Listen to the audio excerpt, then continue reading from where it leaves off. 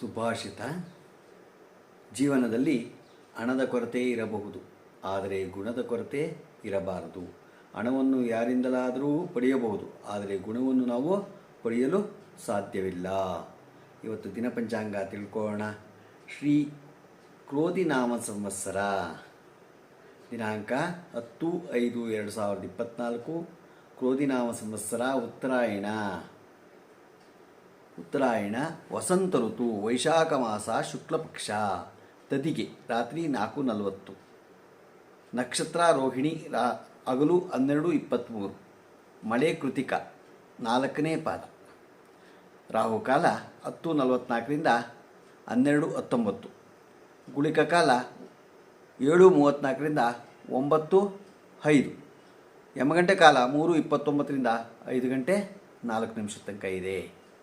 ಇವತ್ತು ಯಾರು ಹುಟ್ಟುಹಬ್ಬ ಆಚರಿಸ್ಕೊತಿದ್ರು, ಮದುವೆಯಾದ ದಂಪತಿಗಳು ವಾರ್ಷಿಕೋತ್ಸವ ಆಚರಿಸ್ಕೊತಿರೋರಿಗೆ ನಮ್ಮ ಹೆಬ್ಬಳಲು ಶ್ರೀಚಕ್ರ ಮಾತಾ ಯೂಟ್ಯೂಬ್ ಚಾನಲ್ ಕಡೆಯಿಂದ ಶುಭ ಕಾಮನೆಗಳು ತಿಳಿಸ್ತೀವಿ. ದೇವರು ಅವರಿಗೆ ಆಯಸ್ಸು, ಆರೋಗ್ಯ, ಐಶ್ವರ್ಯ ಎಲ್ಲ ಕೊಟ್ಟು ಕಾಪಾಡಲಿ ಅಂತ ನಾನು ಕೇಳ್ಕೊತೀನಿ. ನಮಸ್ಕಾರಗಳು. ಮಾತಾ ಯೂಟ್ಯೂಬ್ ಚಾನಲ್ ವೀಕ್ಷಕರಿಗೆ ನನ್ನ ಹೃತ್ಪೂರ್ವಕ ನಮಸ್ಕಾರಗಳು. 10/5/2024 ಶುಕ್ರವಾರ ಅಕ್ಷಯ ತದಿಗೆ ಇದೆ. ಅಕ್ಷಯ ತದಿಗೆ ಬಗ್ಗೆ ನಾವು ಇವತ್ತು ತಿಳ್ಕೊಳ್ಳೋಣ. ಅಕ್ಷಯ ಅಂದರೆ ಜಾಸ್ತಿ ಆಗೋದು, ಗೊತ್ತಾಯ್ತಾ? ಅಕ್ಷಯ ತೃತೀಯ ಗೊತ್ತಾಯ್ತಾ? ಈ ದಿನದಂದು ಚಂದ್ರ ಮತ್ತು ಸೂರ್ಯ ಇಬ್ಬರೂ ತಮ್ಮ ತಮ್ಮ ಉಚ್ಚ ರಾಶಿಯಲ್ಲಿ ಇರುವ ದಿನದಂದು ಆಚರಿಸುತ್ತಾರೆ. ಸೂರ್ಯನು ತನ್ನ ಉನ್ನತ ಸ್ಥಾನವಾದ ಮೇಷರಾಶಿಯಲ್ಲಿ, ಅಂದರೆ ಸೌರಮಾನ ಲೆಕ್ಕದ ಮೇಷಮಾಸದಲ್ಲಿ ಪೂರ್ತಿ 30 ದಿನಗಳು ಇರುತ್ತಾನೆ. ಸೂರ್ಯ ತಿಂಗಳಿಗೊಮ್ಮೆ ರಾಶಿ ಬದಲಾಯಿಸಿದರೆ ಚಂದ್ರ ದಿನಕ್ಕೊಮ್ಮೆ ನಕ್ಷತ್ರ ಬದಲಾಯಿಸುತ್ತಾನೆ. ಅಂದಾಜು 2.5 ದಿನಕ್ಕೊಂದು ರಾಶಿ. ಹಾಗಾಗಿ ಈ ಮೇಷಮಾಸದ ಯಾವ ದಿನದಂದು ಚಂದ್ರ ತನ್ನ ಉಚ್ಚ ಸ್ಥಾನದಲ್ಲಿ ಇರುತ್ತಾನೋ ಅಂದೇ ಈ ಅಕ್ಷಯ ತೃತೀಯ. ಚಾಂದ್ರಮಾನ ಲೆಕ್ಕದ ಮೂಲಕ ನೋಡಿದರೆ ಈ ದಿನ ವೈಶಾಖ ಮಾಸದ ಶುಕ್ಲ ಪಕ್ಷ ತೃತೀಯ ದಿನ ಆಗಿರುತ್ತದೆ. ವೇದದಲ್ಲಿ ದಾನ ಧರ್ಮಗಳನ್ನು ಮಾಡಿದರೆ ಒಳ್ಳೆಯದು. ವೇದಶಾಸ್ತ್ರಗಳ ಪ್ರಕಾರ ಯಾವುದೇ ಒಂದು ಶುಭ ದಿನವನ್ನು ನಾವು ಆಧ್ಯಾತ್ಮಿಕ ಶಕ್ತಿಯನ್ನು ಬೆಳೆದುಕೊಳ್ಳಲು ಕಡ್ಡಾಯವಾಗಿ ಬಳಸಿಕೊಳ್ಳಬೇಕೆಂದು ಹೇಳುತ್ತದೆ. ಇದನ್ನು ತಮ್ಮ ತಮ್ಮ ಮನೆಗಳಲ್ಲಿ ಪಾರಾಯಣ ಮಾಡುವ ಮೂಲಕ, ಹೋಮ ಹವನಾದಿಗಳನ್ನು ಮಾಡುವ ಮೂಲಕ, ಮನೆಯ ಇಷ್ಟ ದೇವರನ್ನು ಪೂಜಿಸುವ ಮೂಲಕ ಅಥವಾ ವಿಶೇಷವಾದ ಪೂಜೆಗಳನ್ನು ನೆರವೇರಿಸುವ ಮೂಲಕ ಈ ದಿನವನ್ನು ವಿಶೇಷವಾಗಿ ಆಚರಿಸಬಹುದು. ಇಷ್ಟೇ ಅಲ್ಲದೆ ನಮ್ಮ ಪೂರ್ವಜರಿಗೆ ಗೌರವ ನೀಡುವುದು, ಬ್ರಾಹ್ಮಣರಿಗೆ ದಾನ ಮಾಡುವುದು, ಗಿಡಮರಗಳಿಗೆ ನೀರು ಉಣಿಸುವುದು, ಬಡವರಿಗೆ ದಾನ ನೀಡುವುದು, ವಿದ್ಯಾದಾನ ಮಾಡುವುದು ಇತ್ಯಾದಿ ಶುಭ ಕಾರ್ಯಗಳನ್ನು ಈ ಅಕ್ಷಯ ತೃತೀಯದಂದು ಮಾಡಿದರೆ ಬಹಳ ಒಳ್ಳೆಯದು. ಈ ರೀತಿಯ ಶುಭ ಕಾರ್ಯಗಳನ್ನು ಅಕ್ಷಯ ತೃತೀಯದಂದು ನೆರವೇರಿಸಿದರೆ ನಮಗೆ ಇನ್ನಷ್ಟು ಇಂತಹ ಕಾರ್ಯಗಳನ್ನು ನೆರವೇರಿಸಲು ಆಧ್ಯಾತ್ಮಿಕ ಶಕ್ತಿ ಸಿಗುತ್ತದೆ. ಹೀಗೆ ನಿರಂತರವಾಗಿ ಈ ಪ್ರಕ್ರಿಯೆಯನ್ನು ಮಾಡುವ ಮೂಲಕ ನಮಗೆ ಕ್ರಮೇಣ ಆಧ್ಯಾತ್ಮಿಕ ಹಾಗೂ ಸಂಪತ್ತು ಹಾಗೂ ವಸ್ತು ಸಮೃದ್ಧಿಯು ತುಂಬಬಹುದು. ಅಕ್ಷಯ ತೃತೀಯ ಇತಿಹಾಸ ಏನು ಅನ್ನೋದನ್ನ ಅದರ ಬಗ್ಗೆ ತಿಳ್ಕೊಳ್ಳೋಣ.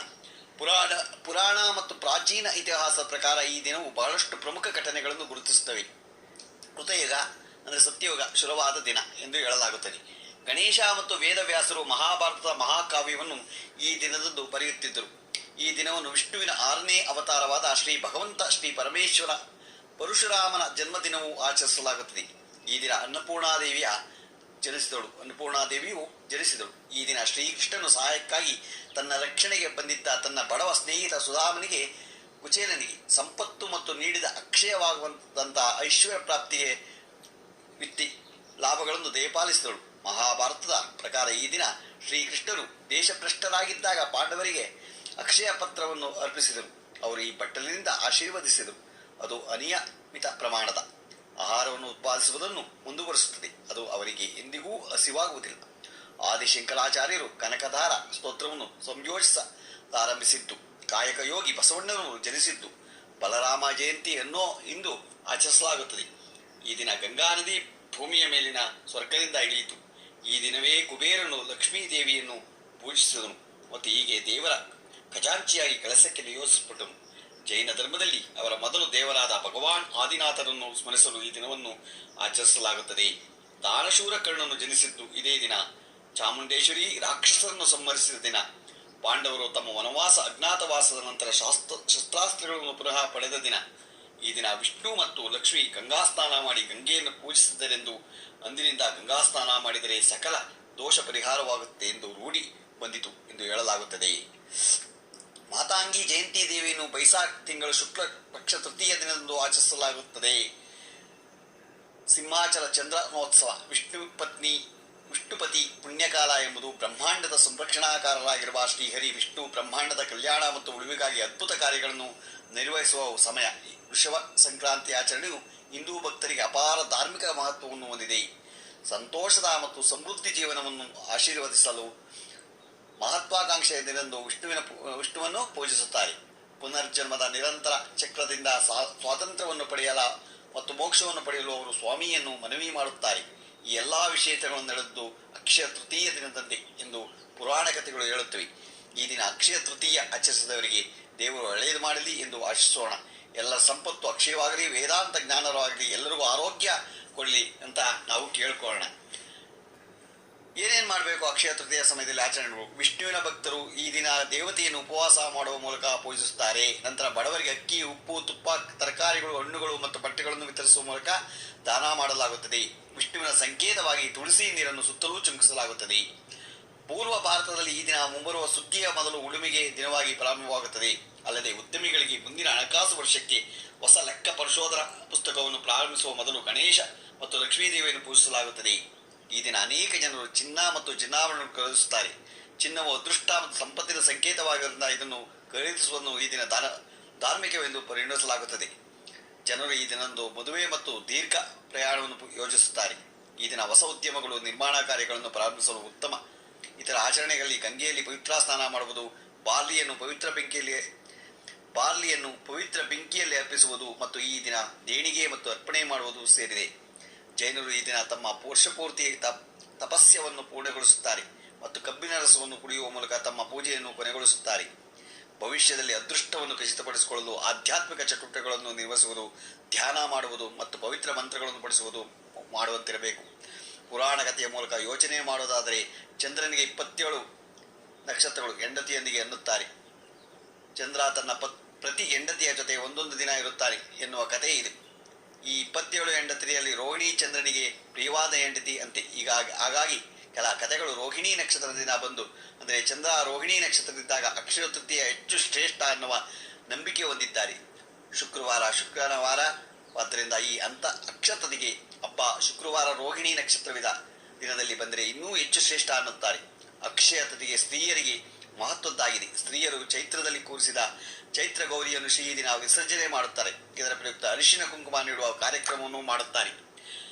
ಅಕ್ಷಯ ತೃತೀಯ ಹೇಗೆ ಆಚರಿಸಬೇಕು, ಅದರ ಫಲ ಏನು ಅಂದರೆ, ಸಾಲವನ್ನು ಮಾಡಿ ಆದರೂ ಚಿನ್ನವನ್ನು ತೆಗೆದುಕೊಳ್ಳುವ ಮನಸ್ಥಿತಿಯನ್ನು ನಾವು ಮೊದಲು ಬಿಟ್ಟು ಅಂದು ಏನೆಲ್ಲ ಒಳ್ಳೆಯ ಕೆಲಸವನ್ನು ಮಾಡಬೇಕು ಎಂಬುದು ತಿಳಿದುಕೊಳ್ಳಬೇಕಾಗಿದೆ.